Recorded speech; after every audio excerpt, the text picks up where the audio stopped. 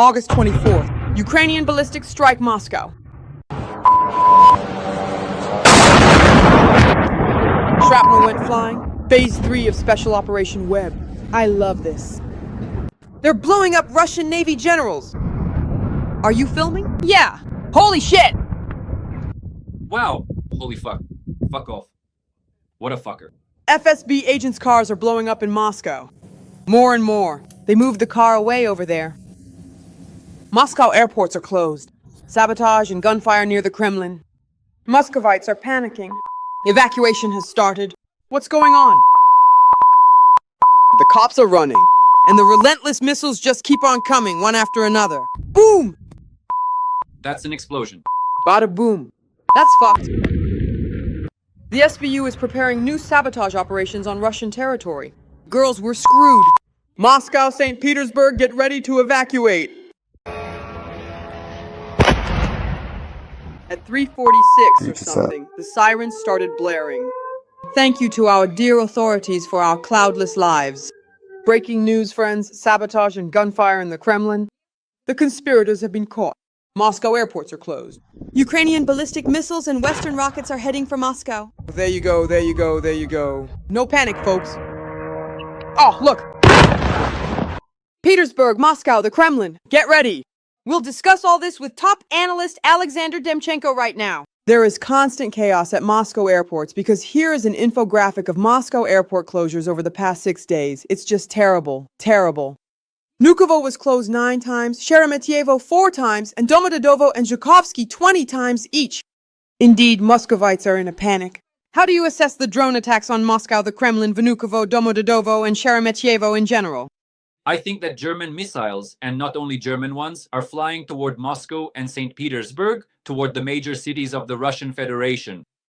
I believe that the area near the Russian General Staff on Frunzinskaya, which is located near Arbat, will go up in flames. I think other important locations will also catch fire. Even Red Square itself, which for some reason has recently been sounding the alarm for Putin and his entire entourage. Why do we need to talk about this, Dasha? Because a real turning point has occurred. This is a turning point. This is a new phase of the war, a new stage. Everyone has perfectly understood that Putin is not just crazy, as Donald Trump said, but that Putin has no intention of backing down and is only going to escalate the situation and escalate it every single day. That's why I assume that the Germans, the French, the British, and the Americans, on top of everything, finally lost their patience and gave Ukraine permission to strike Russia's territory with whatever means possible.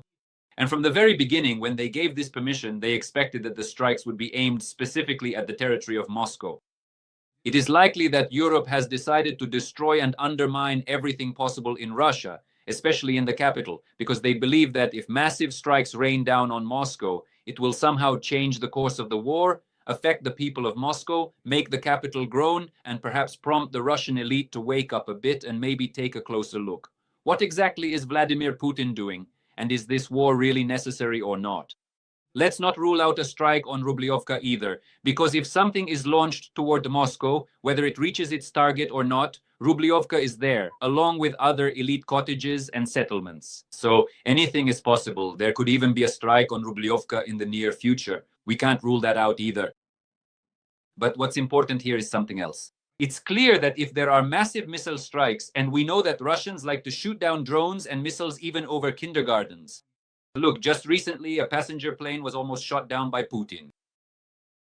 A passenger plane was flying by. It was hit. They struck it, almost shot it down. Fortunately, everyone survived and nothing happened. Well, it's a good thing for them, obviously.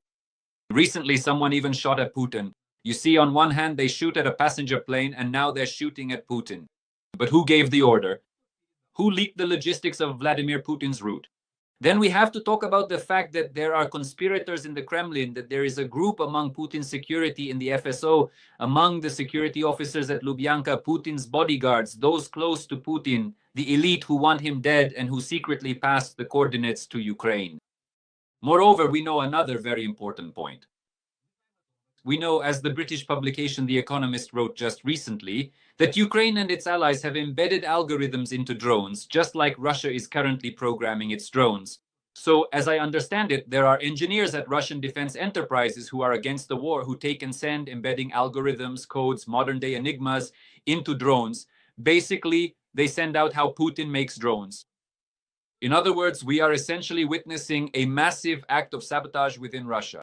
Then I just watch the news, Belgorod region, a railway has been destroyed, a huge stretch of track. In the Tula region, a railway, the track itself was destroyed today, just now. What does this mean? It means that Ukraine is disrupting Putin's summer offensive. I think it will be disrupted in the near future, within a week, because this is the connection to the Kursk region, specifically the Tula-Kursk route, which is of course directly linked to the border area. In other words, this is about minimizing and neutralizing any further offensive in the Kharkiv direction, and accordingly in the Sumy direction. Essentially, what we're talking about is that a series of large-scale, massive sabotage operations is now beginning on the territory of the Russian Federation, moving from the border regions toward Moscow.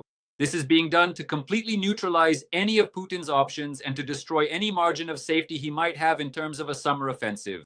In other words, Ukraine is disrupting Vladimir Putin's summer offensive by every possible means. And I am confident that the partisan movement, which was created both before the war and during these last 3.5 years of this large-scale war, is operating and doing so very cohesively. Because if there are massive explosions targeting railways and tracks in the Russian Federation, the offensive and military operations will simply grind to a halt. This has happened before in history.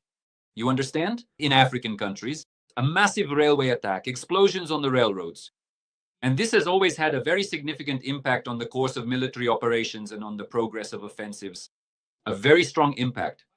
That's why German missiles, and not just German ones, since we know that everyone has given permission, the French, the British, and even Trump has turned a blind eye to it, will fly over Russia, including Moscow and St. Petersburg. This will significantly change the war and alter the attitude of the capital toward this war.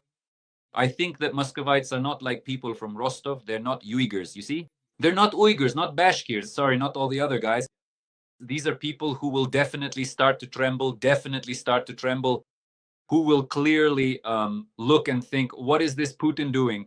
And I think that the inner Kremlin, the inner Russian elite, will also start to tremble quite a lot. They're already trembling because Putin, you see, Shoigu says he's cold and lonely. Patrushev has been silent lately. Medvedev basically never puts down the bottle, together with Gerasimov and Masha Zakharova, probably drinking as a threesome. So this will have an impact. Massive sabotage operations in the near future will affect the course of the war. As I've been saying for many weeks now, we are entering a new phase of this war is beginning for us. Back then, Trump's peace initiative called Minsk III, a freeze of the war, was undermined by Russia. Today, she is convening a Security Council meeting to talk about how the West is disrupting peace negotiations. Russia is such a peace-loving agent, you see? Russia is trying to achieve peace, but the West keeps sabotaging everything. But in reality, we all understand perfectly well that Putin has no intention of making peace. He's not going to present any real plan for resolving this war, the hostilities, or anything else. This will be a disruption. And a new stage of the war begins, where everyone now realizes and accepts that there will be no end for years to come. This is going to last a long time, and it's necessary to significantly raise the stakes in order to rein in the Kremlin dictator. Dear audience, please like this video and subscribe to my YouTube channel, Dasha Shastlivaya. In the comments, let me know what you think about the fact that Vnukovo, Sheremetyevo, and other Moscow airports have been closed 20 times in the past 6 days, about our unprecedented drone attacks on Moscow, St. Petersburg, and other regions, and let's say about how good it will be for Muscovites and Petersburgers when the Taurus missiles start flying toward the two capitals of the Russian Federation. Sasha, regarding that, indeed, Merz said that this will last for a long time. And about Trump's mood.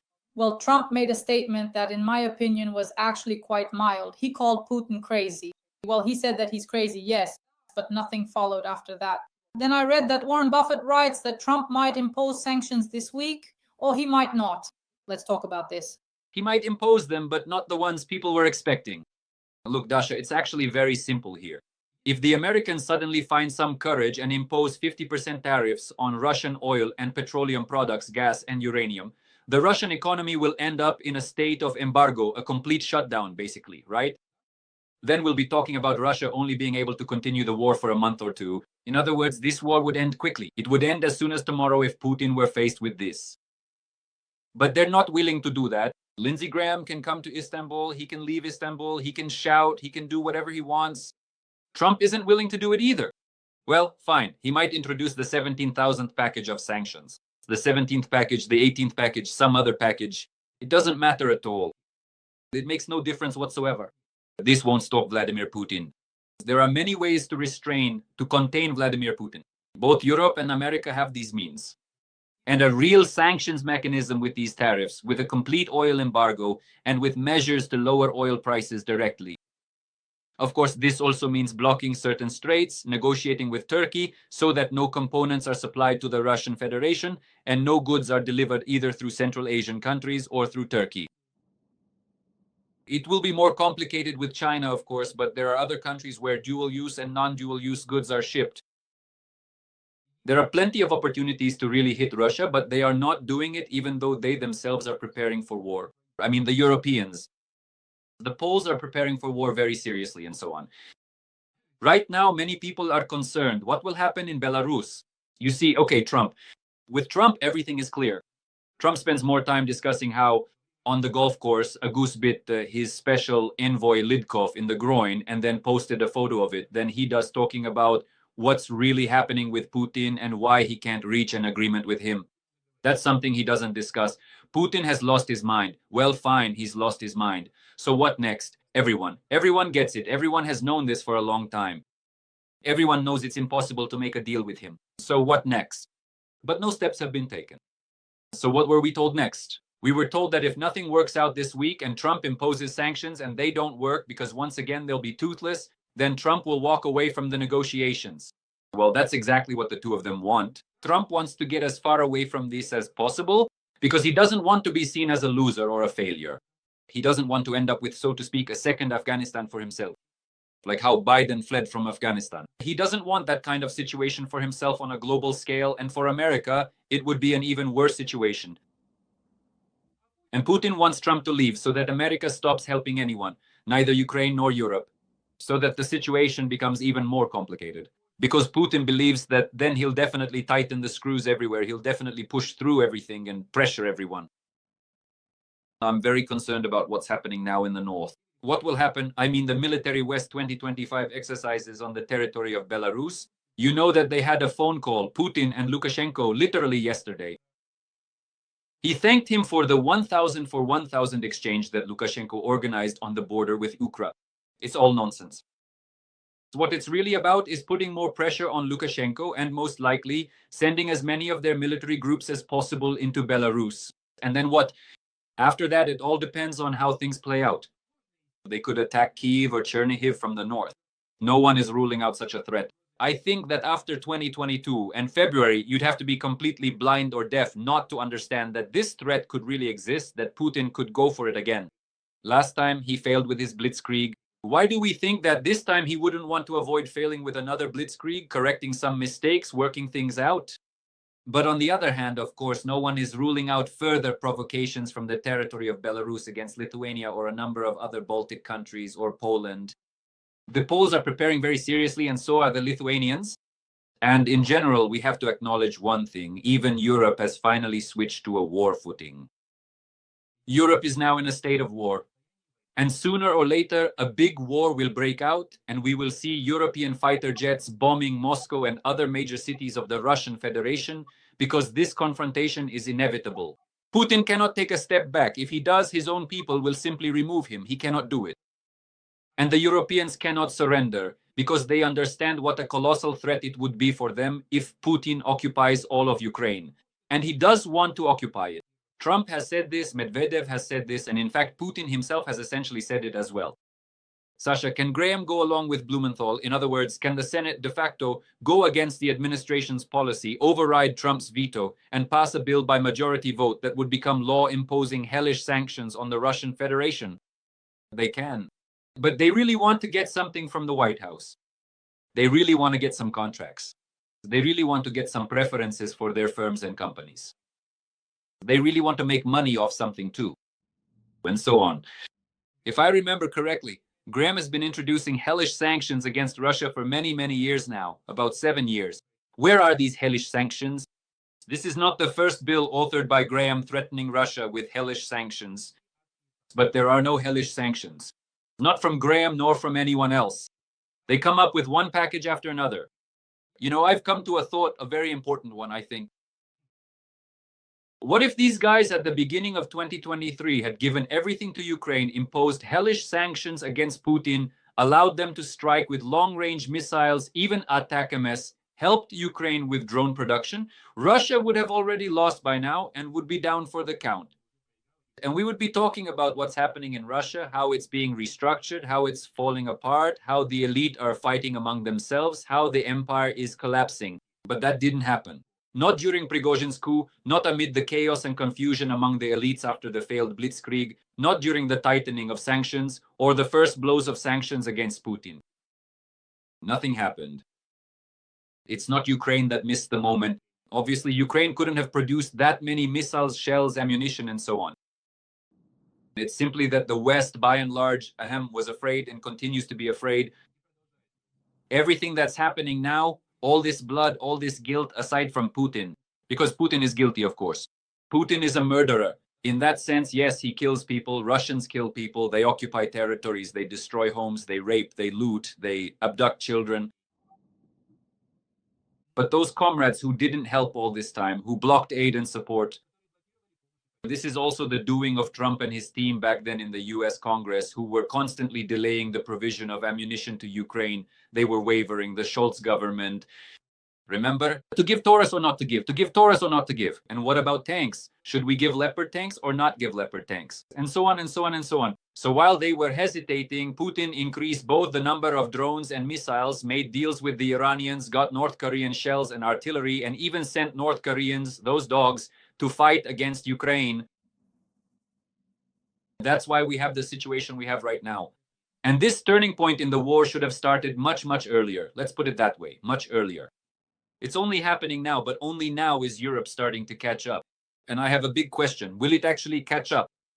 The fact that Merz came out and said that this war will last a very, very long time means that Europe has officially admitted its own powerlessness against Russia. Because if Europe were to impose the sanctions that actually need to be imposed right now, disconnecting everything from SWIFT, embargoes on oil, gas, uranium, gold, and other resources, remember what Chichvarkin said, that if Europe imposes a certain package, those 5 points, then Russia would simply collapse and its economy would collapse as well. But Europe didn't do that. So Merz is officially admitting their own powerlessness, basically saying, we can't do anything, so Russia will keep fighting Ukraine, attacking Ukraine for many, many more years. I don't know, maybe Merz is different. He's not as impotent as, for example, Scholz. You see what I mean, right? There's really no need to overthink it. All you actually need to do is just two things. You could do a lot more, but there are two things that need to be done. Block the Danish Straits so that no Russian ships, neither shadow nor non-shadow, can travel in any direction selling this semi-legal oil. That's the first thing. That would practically stop everything in Russia, just bring everything to a halt. And the second is a blockade of Kaliningrad, an economic and military blockade of Kaliningrad. What would Putin do then? Would he go up against NATO? Would it be war, an actual war? Would he go after the Finns? Would he move against Poland? What would he do? Right now, when all his forces are concentrated on Ukraine, if these things happened, he would surrender. Because the loss of Kaliningrad, which had been handed over to his first and only wife, who now goes by the surname Ocheretina, but back then was Putin, Lyudmila, she currently oversees the Kaliningrad region. That would be a major blow to him. A huge one. Kaliningrad is not Rostov. It is an important center for Russia. It's a separate concentration of troops, a military grouping, and so on. It would be a colossal defeat if the Baltic fleet were forced to head towards St. Petersburg. It would be a truly colossal and devastating defeat if the entire region were to be completely blockaded and all essential routes for delivering vital goods, whether for crucial humanitarian aid or for other absolutely necessary purposes, were to be entirely and irrevocably cut off. And that's it. And the Danish Strait would be closed. That would be enough to make him withdraw all his ultimatums and sign a peace agreement. Yes, that peace agreement would only last for 3 or 4 years. But that's a pause that absolutely everyone would need in this situation. Ukraine and the West included. Not just Russia. But that's not what's happening. Residents of the Suwałki corridor are moving out in fear of a Russian invasion, reports Bild. Amid rising tensions, residents of the strategically important Suwałki corridor have begun to leave the region en masse. This was reported by the German newspaper Bild. It is noted that this narrow strip of land, 65 kilometers between Poland and Lithuania, which separates Belarus and Kaliningrad, is a vulnerable spot in NATO's defense. And the military believes that in the event of a conflict with an armed Russian Federation, they could strike from both sides. Russian artillery, capable of striking at more than 30 kilometers, covers the entire Suwałki corridor. What do you say? I'll ask, where is the army? Where is their unified army that they keep talking about? All right, there is no unified army. They don't even want to send peacekeeping forces and contingents to Ukrainian Lviv. They're afraid they're cowards. To Odessa and so on. All right, but where's the army? The British, French, German ones? Where are the Swedish systems and fighter jets and artillery? Where is the Finnish artillery? Where is the defense? To completely neutralize any threat from Russia and Belarus. So there are a huge number of questions, not just, well, all right, let's evacuate people. And what happens next? It's clear that this is the road to Kaliningrad, a land corridor to Kaliningrad.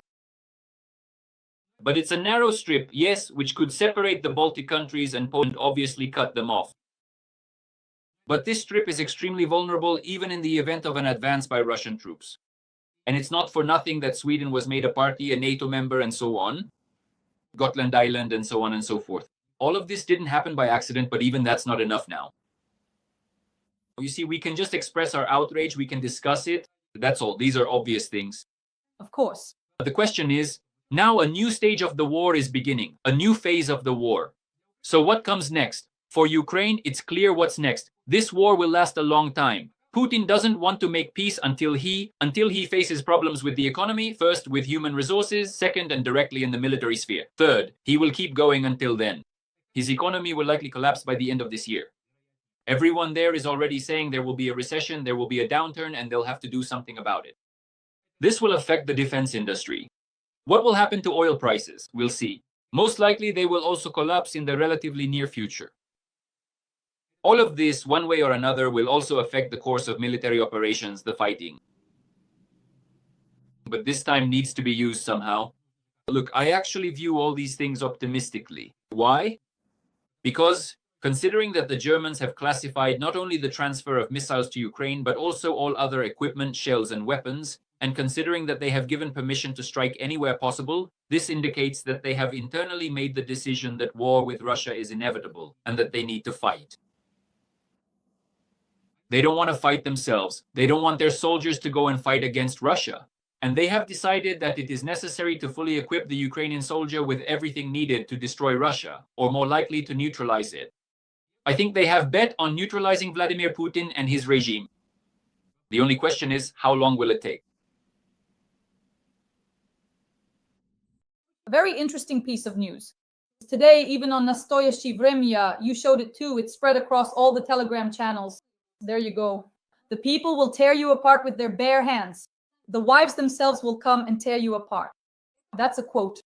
So a volunteer showed how wounded Russian soldiers on crutches are being kept in the basement of the 5th MSB in order to send them on a deadly assault. The widow of a fallen soldier and volunteer of the Russian World Movement, the pro-Russian Anna Uvarova, published a video featuring soldiers who are members of the 5th Separate Motorized Rifle Brigade. And she accordingly says that they are planning to liquidate them, to dispose of them. No one is going to just sit and wait for them to come back as Cargo 200. No one but Putin can stop this. There's a ton of swearing in there. So she said that they are sending the Russians to be slaughtered. And if anything happens, the people will tear you apart with their bare hands. Even the wives themselves will come and tear you apart. And in general, it should be the officials who die, not ordinary Russian soldiers. You are taking away our husbands, fathers, and children. You are the cattle who should be leading the way for all the guys, but you're hiding out. End of quote. Do you think the people won't rise up? The people will tear you apart with their bare hands. Even the wives themselves will come and tear you apart. And now another quote.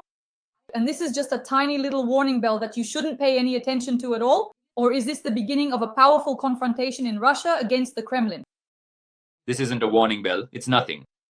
Look, Dasha, there once was a truly important movement during the First Chechen War when the mothers of conscripts, the mothers of those mobilized, came and demanded that Yeltsin put an end to it. And Yeltsin did end it because it was a very strong, unified movement. And back then, Russia was completely different. It was in a half-collapsed, impoverished state in dire straits. Something had to be done. And it was clear that such a war fought over money, a war that was initially led by Korsakov and the security services, it had to be. It was brought to an end because this segment of the population, the mothers, yes, who came and said, that's enough. Remember when there was a similar situation with conscripts? Conscripts were sent to war, this time against Ukraine. And the conscripts' mothers started to speak out, and Putin immediately gave the order to rescue the conscripts and tried to smooth over the situation somehow. They are afraid of this kind of movement. They remember what happened during the First Chechen War. They don't want anything like that to happen again. But when we talk, for example, about an initiative like the Wives of the Mobilized, they banged pots in their kitchens, and that was the end of it. They went out to the Ministry of Defense a few times. They were told to shut up by the generals who came out to them, even the colonels who came out to them. And they did shut up. Nothing will come of this. Why won't anything happen? Because on the one hand, there are these dissatisfied wives of the mobilized whose husbands are being killed. And on the other hand, there are wives like that too, not of the mobilized, but of those who were bought off. She marries once, he gets killed, she becomes a widow, gets the money. Second time, gets the money. Third time, gets the money. It's a whole business. It's a whole business. They all get bought off. Do you understand what the point is? It's not just some mobilized person who was grabbed, tied up, and sent off and then went to kill. For the most part, these are people who wanted to get money for going to another territory, to a foreign country, and killing someone. They're willing to kill a person for money. They're mercenaries just like Prigozhin, who was killed in the sky over Russia. Exactly the same kind of mercenaries, no different from that executioner. The only difference is that executioner was getting billions. And they get some amount, a few million rubles, which are eaten up by inflation in Russia. They're killers just the same. That's why I don't believe in this whole movement of the mobilized soldiers' wives, that they'll come and do something like that. Putin will only be removed by his own elite. Right now, there are probably no conspirators in the Kremlin. But they could appear, they could show up when something collapses, when things start to fall apart. It will be a domino effect. When, as I said, there's a blow to the economy, a blow to oil, a blow at the front, and so on. It will all collapse and Putin will be removed. But he understands perfectly well that he has no other way out of this situation except to keep waging war. Because as long as he continues the war, Dasha, he can keep resetting everything and everyone. You've already heard once again from Tolstoy in the State Duma that they're planning to reset the constitution again, to rewrite the constitution, which he already reset back in 2020. They're planning to reset it even more, to tighten things further. And what follows after resetting the constitution? Repressions, mass purges. Take Shoigu, for example. I'm absolutely certain he's afraid to go out on the streets of Moscow. Did you know he has 14 bodyguards who accompany him? Yes, I wanted to discuss that. Why wasn't he at the parade, and why did he suddenly increase his security detail to the number you mentioned last September, October? What is the reason for that? And a publication wrote that he's afraid of internal enemies, enemies from within. Sasha. He's afraid of Putin. He's afraid of Putin. He stole money right under Putin's nose, and he didn't share that money. Why did the confrontation arise between Prigozhin, Shoigu, and Gerasimov? Because of money. I was told the amount was $6 billion. That was the sum involved. They couldn't agree on how to split it. A confrontation began, which escalated to the point where Putin had to urgently leave, to flee Moscow. He packed his things, got on a plane, and left because his life was in danger, or at least that's what they thought there, or maybe they made up that danger for him. Because Prigozhin didn't want to kill Putin. It all just fell on him unexpectedly. He wanted to deal with Shoigu and Gerasimov. He had to kill Putin using Patrushev's hands, or rather, Prigozhin's. Warren Jordan wrote about this. It's not my invention that it was Patrushev who killed Prigozhin. Patrushev was neutralized, sent off to deal with ships after that.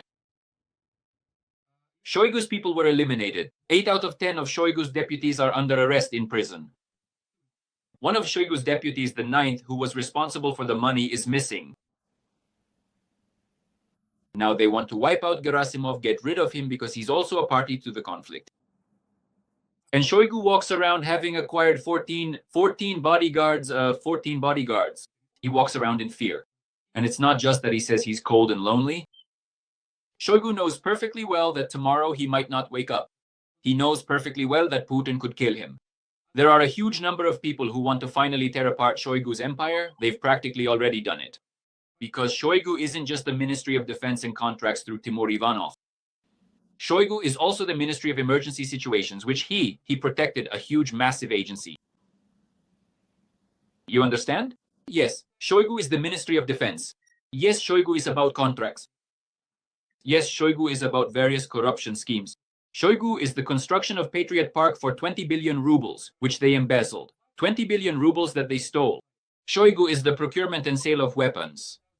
Shoigu is about making money at the front, sending drugs to the front, prostitutes to the front, black market weapons that were funneled to terrorists, to the Taliban, and so on.